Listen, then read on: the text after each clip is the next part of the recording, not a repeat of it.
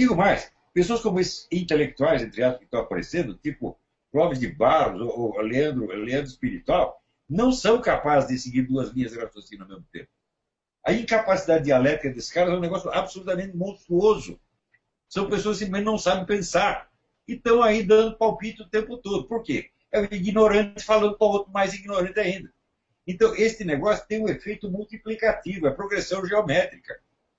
À medida que você cria uma geração de analfabetos funcionais, esses vão fabricar outros piores do que eles.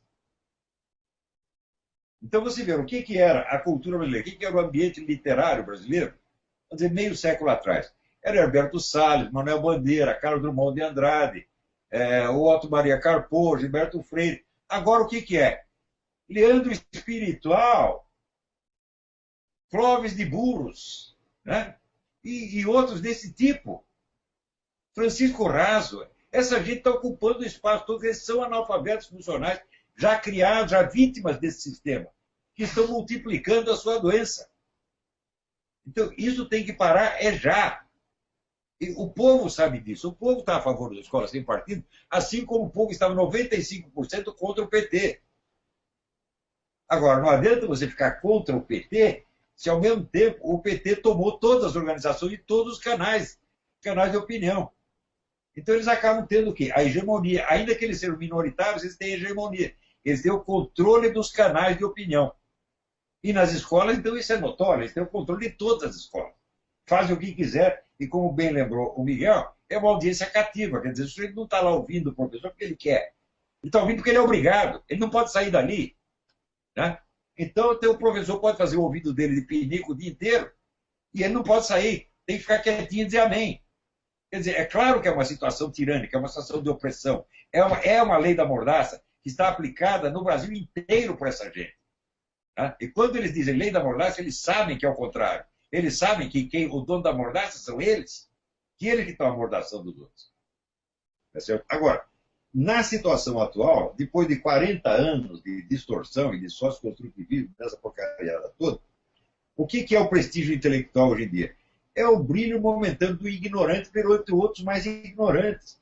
Então já se começa a formar um novo critério. Quem são os intelectuais? Os intelectuais é o Leandro Espiritual, é o Francisco Raso, é o Arwinaldo Azevedo, meu Deus do céu. Onde é que isso vai parar? Quer dizer, é um buraco sem fundo, pode cair, nunca para. Vai baixando, aquele negócio do Antônio Machado, né? Quão difícil é quando todo baja, não bajar também.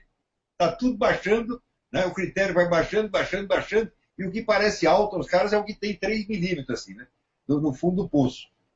Isso que nós temos que parar. Agora, para isso, nós precisamos de escritores qualificados, nós precisamos de verdadeiros intelectuais, que tenham o sentido verdadeiro da intelectualidade. Quando os alunos entram no meu curso, a primeira coisa que eu faço é mandá-los ler o livro A Vida Intelectual, do Padre Sertião, que é o livro que mostra o que é a ética da vida intelectual.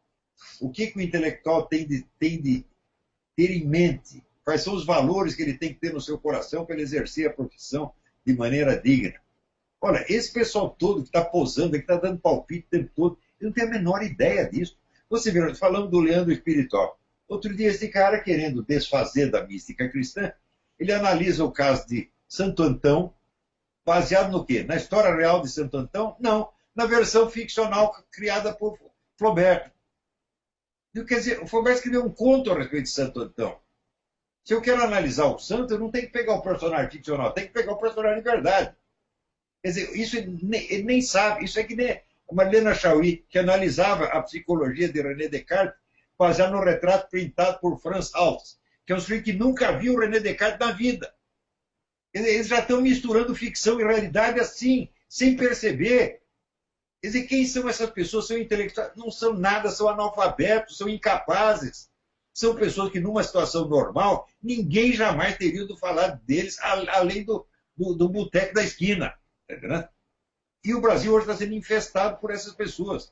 Então, eu acho que discutir com essas pessoas num tom respeitoso é desrespeitar a própria noção de respeito.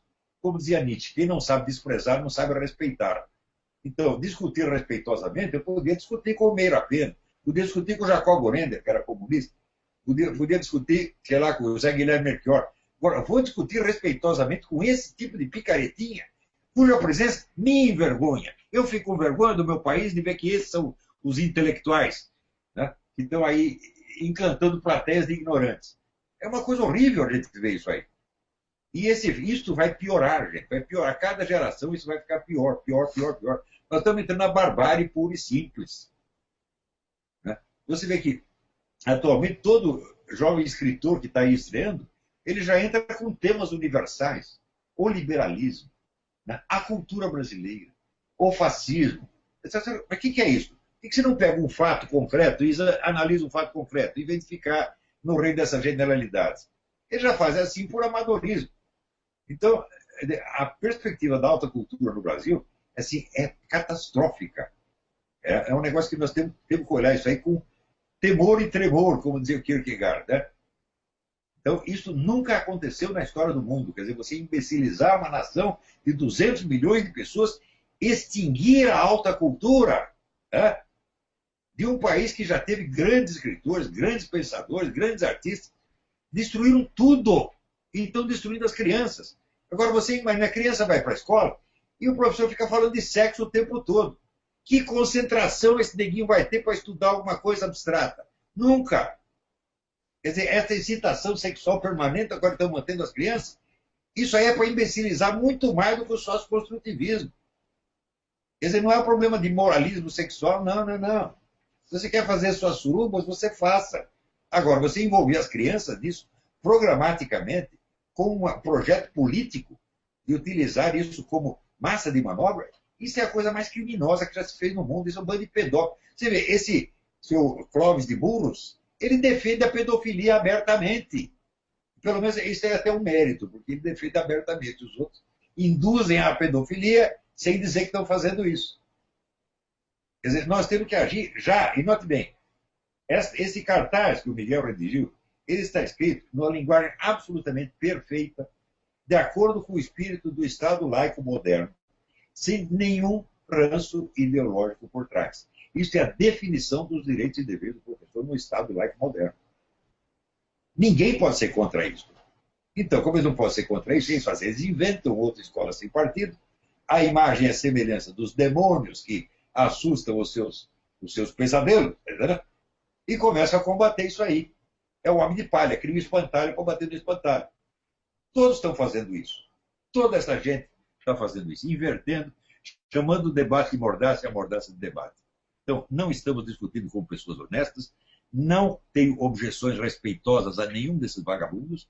Tá certo? O que eu quero, minha única objeção é a presença deles na vida pública.